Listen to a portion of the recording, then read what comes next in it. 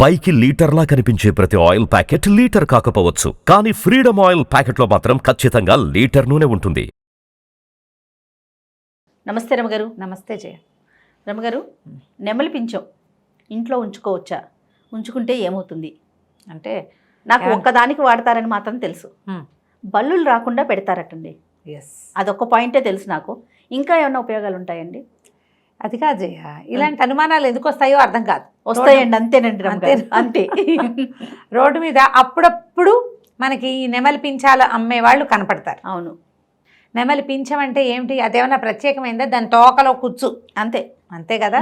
నెమలి పించాలకి ఒక ప్రత్యేకత ఉంది. మిగిలిన కళ్ళు అట్లా తిప్పలేము, చూసారా ఎంత టెంప్టీగా ఉంటుందో రమగారు. నాకైతే భలే ఇష్టం. అవును, అదే పాయింట్ అందులోది. అంతేనా? అంత కాక అది కాదు జయ, ఇప్పుడు ఏ పక్షివైనా రెక్కలు, ఈకలు మనం ఇంట్లో పెట్టుకుంటామా? పెట్టుకోం. ఊళ్ళల్లో ఏం చేస్తారో తెలుసా? పల్లెటూళ్ళ వాళ్ళకి తెలుసు. కాకి రెక్కలు రాలి పడుతూ ఉంటాయి. 3-4 రెక్కల్ని ఇలా కట్టి వేళ్లాడేస్తారు, కాకులు రాకుండా ఉండటం కోసం. పొద్దుటి పూట ఈ వెన్న చేసుకున్నా, ఏదైనా ఎండ పెట్టినా కాకులు కవట్లాడిపోవటం అంటారు దాన్ని. కాకులు పడిపోతూ ఉంటాయి వచ్చి. అప్పుడు ఏం చేస్తామంటే ఈ కాకి రెక్కలు కడితే కనుక కొంచెం అక్కడేదో వీళ్ళు కొట్టి దాన్ని చేశారన్న అనుమానంతో కాకులు రావుట. ఓకే, రావని మా వాకిట్లో కూడా 1-2 కట్టేసి ఉంటుండేవి.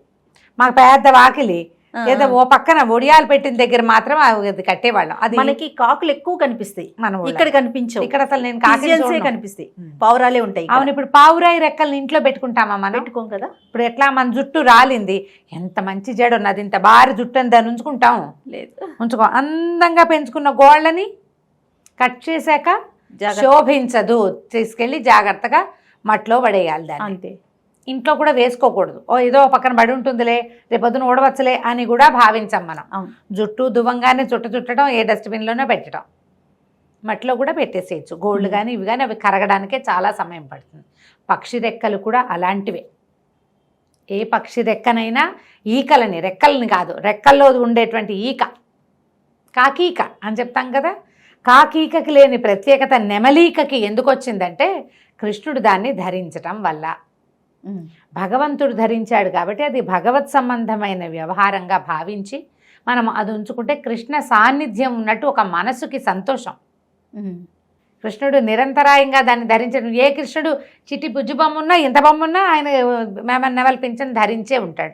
ఆయన ఎప్పుడు ధరించి ఉంటాడు? అది రాజకుమారుడు అయిపోయాక కాదు, గొల్లవాళ్ల పిల్లాడిగా ఉన్నప్పుడు ఇంతంత చారడేసి, ఇంతంత కళ్ళు, ఎర్రటి పెదిమలు, ఆ నీలంగా ఉండేటువంటి నలుపు ఛాయలో పిల్లవాడు, బొద్దుగా ఉన్నవాడు, ఆ మహాద్భుతమైన సౌందర్యవంతమైన నవ్వు ఉన్నవాడు.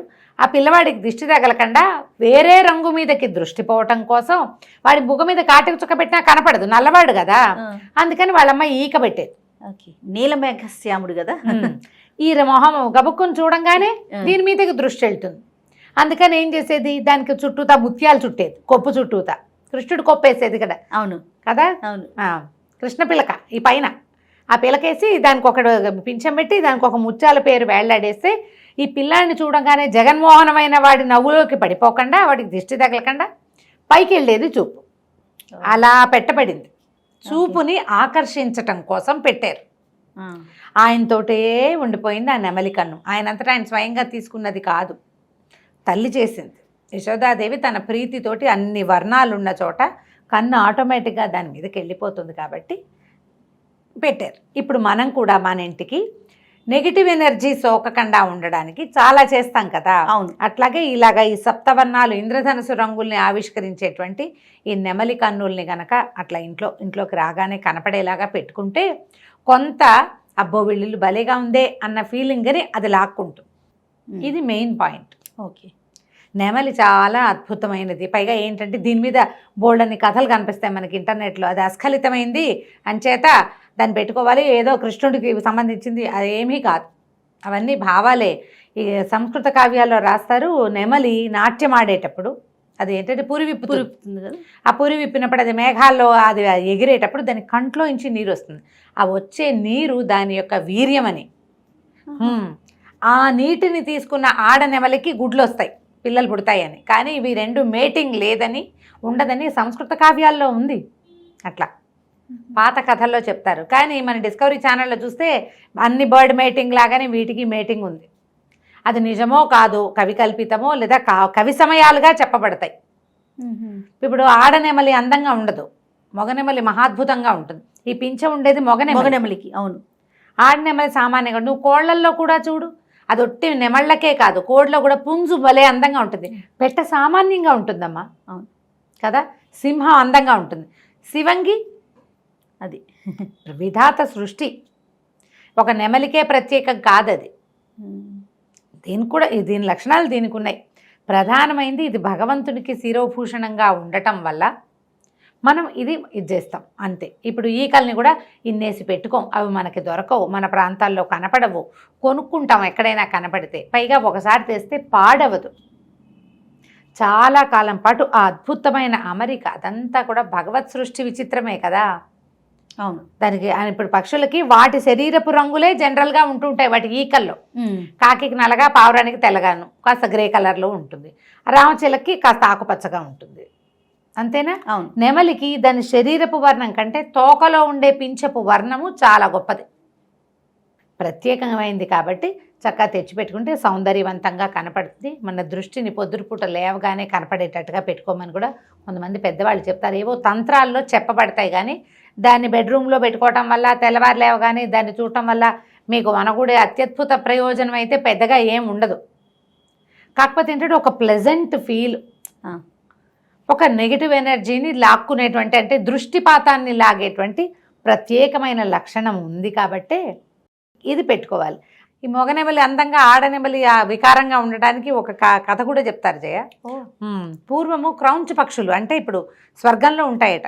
క్రౌంచ పక్షి అంటే క్రౌంచ పర్వతం, అది ఎక్కడ ఉంటుంది, మన కుమారస్వామి ఉంటాడని క్రౌంచ పర్వతం మీద అట్లా చెప్తారు. ఆ పక్షులట దేవతా పక్షులు అని చెప్పాలి. స్వర్గంలో ఉండేవి, మేరు పర్వతం మీద విహరిస్తాయట. అవి ఒక సమూహంగా భూలోకంలోకి వచ్చినప్పుడు గాయపడ్డాయట. పడితే ఆ ప్రాంతానికి చెందిన ఒక మహారాజు వాటికి స్వాంతం పరిచాడు, ఏదో కాస్త వైద్యం చేస్తే ఆయన చాలా సంతోషించి అవి నీకేం కావాలని అడిగితే ఏమన్నట్టయినా మీలాగా పక్షిలాగా మారిపోయి అలా తిరగాలనుంది, అత్యద్భుతమైన పక్షిగా మారి, పక్షులు తిరుగుతుంటే ఒక ఆకాశంలో విహరిస్తూ ఉంటాయి కదా, ఒక అద్భుతంగా అనిపిస్తుంది నాకు, అలా మారాలనుందంటే ఆయనకు ఒక మంత్రం చెప్పారట. ఆ క్రౌంచ పక్షులు చెప్పి సౌందర్యవంతమైన పక్షిగా మారిపోతావు నువ్వు అని చెప్పి, ఈ మంత్రం మాత్రం ఎవ్వరికీ చెప్పకూడదు అని చెప్తే ఈయన అప్పుడప్పుడు ఆ మంత్రం చదువుకుని ఈ అందమైన నెమలిగా మారిపోయి అలా తిరుగుతూ ఉంటాడు. నెమళ్ళు ఎగురుతాయి కదా. అవును. ఎగురుతాయంటే ఈ మామూలు పక్షులు చేసినట్టు అలా విహరిస్తూ ఉండవు, కానీ పెద్ద చెట్టు కింద నుంచి ఒక్క ఎగిరి చెట్టు ఎక్కగలుగుతాయి. విహరించేవాడు తోటల్లో, తనకు సంబంధించిన తోటల్లోనే విహరిస్తుంటే ఈ భార్య ఆయన వెంబడబడి నాకు రహస్యం ఎందుకు, రహస్యాలు చెప్పకపోతే ఒప్పుకోని భార్యలు ఎక్కువ మంది ఉంటారు. ఏదైనా కాస్త సీక్రెట్ ఉంటే నాకెందుకు చెప్పవు, సహధర్మచారిణి కదా, అది కదా ఇది కదా, నన్ను ఇచ్చేస్తావా అడ్చేస్తావా, ఈ పాయింట్ మీదే రహస్యాలు చెప్పడు కాబట్టి వదిలేసే భార్యామణులు కూడా కనపడతారు. బలవంతంగా ఆ మంత్రం చెప్పించుకుందట. తెప్పించుకున్నాక ఆవిడ కూడా, కానీ ఆ మంత్రం చదివే తొందరపాటులు ఆవిడ సౌందర్యవంతమైన అనే మాట చెప్పలేకపోయింది. దాంతో కురిపోయిన మగ నెమలిగా ఉండిపోయిందనమాట. ఆడనెమళ్ళు బాగుండవు, పీహెన్స్ అంటారు, కోడిలానే ఉంటుంది, అది కోడిలాగానే ఉంటుంది. అట్లా పుట్టిందని నెమలి తను ఎంత కోరుకున్నాడో, ఎన్ని వర్ణాలు కావాలని ఆయన భావించాడో అలా పుట్టాడని కథ చెప్తారు. ఓహో. నీకు వాళ్ళు ఆ క్రౌంచ పక్షులు చెప్పించాయట అతన్ని, నీకు భార్య ద్వారా సంతానం కలగదంటే అప్పుడు ఆయన చాలా దుఃఖిస్తే విధాత అతనికి అవకాశం ఇచ్చాడు. నీకు వీర్యం కంటి నిండా వచ్చే మార్గం నేను చెప్తానని కనికరిచ్చాడు. ఇది ఒక కథ. మరి ఈ కథని బేస్ చేసుకున్నా ఇంకో బేస్ చేసుకున్నా ఇలాంటి మాటలు పుట్టినాయి. కానీ జనరల్గా పక్షుల్లో చాలా చోట్ల కూడా, జంతువుల్లో కూడా మగవి బాగుండి ఆడవి సామాన్యంగా కనపడతాయి. ఓకే, అలా కనిపిస్తాయి తప్ప దాని మీద ఆలోచించి దానివల్ల అదేదో జరుగుతుందని మాత్రం భావించకండి. బట్ ఇంట్లో ఉంటే ఏమవుతుందంటే మనకి ఒక పాజిటివ్ ఎనర్జీ, పాజిటివ్ సోర్స్ ఆ కలర్స్ వల్ల. అవును. ఇప్పుడు అలా అందంగా అమర్చే రంగులు మనం చాలా కష్టపడాలి అట్లా కలర్స్ సరిచేయటానికి. మనం ఏం కష్టపడక్కర్లేకుండా దొరుకుతాయి మనకి. మనం ఇంత అపురూపంగా పెట్టుకుంటామా? మీకు తెలుసో తెలీదో, రాజస్థాన్లో ఈ నెమలికల చీపులతో వాకిళ్ళు ఉడుచుకుంటారు. వాకిలి ఊడుస్తారు లిటరల్లీ. ఓ కుంచగా యూజ్ అవుతుంది అది. పొడుగ్గా ఉంటుందా, అవునవును. ఎక్కువ రోజులు రాలిపోకుండా గట్టిగా ఉంటాయా. పాత రాజస్థానీ మూవీస్ చూస్తే అక్షరాల నిజమమ్మా.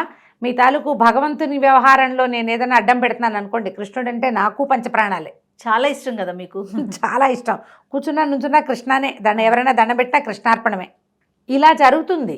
అదేలేండి, ఆ ప్రాంతంలో అలా వాడతారు. ఇప్పుడు కృష్ణుడు అని భక్తిగా పెట్టుకునేవి. చిన్నప్పుడు ఏం చేశాను, నెమలికి పెట్టి దానికి ఇది వేసేవాళ్ళం, కొబ్బరి పువ్వు వారం అంటారు. ఏంటంటే లోపల మొవ్వులో మెత్తటి గుజ్జు లాంటిది ఉంటుంది, అది పెడితే ఇది పిల్లలు పెడుతుంది అనుకునేవాళ్ళం చిన్నప్పుడు. నెమలిక పిల్లలు పెడుతుంది. దానికి ఆహారం ఏంటంటే కొబ్బరి పువ్వు, అదే ఆ కొబ్బరి తొట్లో ఉండేటువంటి మెత్తటి బూజు లాంటిది. అది తీసుకొచ్చి పెట్టుకునే వాళ్ళం మేము మా చిన్నప్పుడు స్కూళ్ళలో చేసేవాళ్ళం. పుట్టేవారు. ఏమో మరి పుట్టాయో లేదో, మా ఇంట్లో ఎప్పుడు పుట్టలేదు. అంటే మేము ఏమనుకున్నామంటే మేము పదే తీసి చూస్తున్నాం, అందుకే పుట్టలేదు అనేది మా అక్కయ్య. మా వసంత చెప్తుండేది అలాంటివి. నువ్వు ఎంతసేపు తీసి చూస్తావే, అలా తీసి చూస్తుంటే కుదరదు.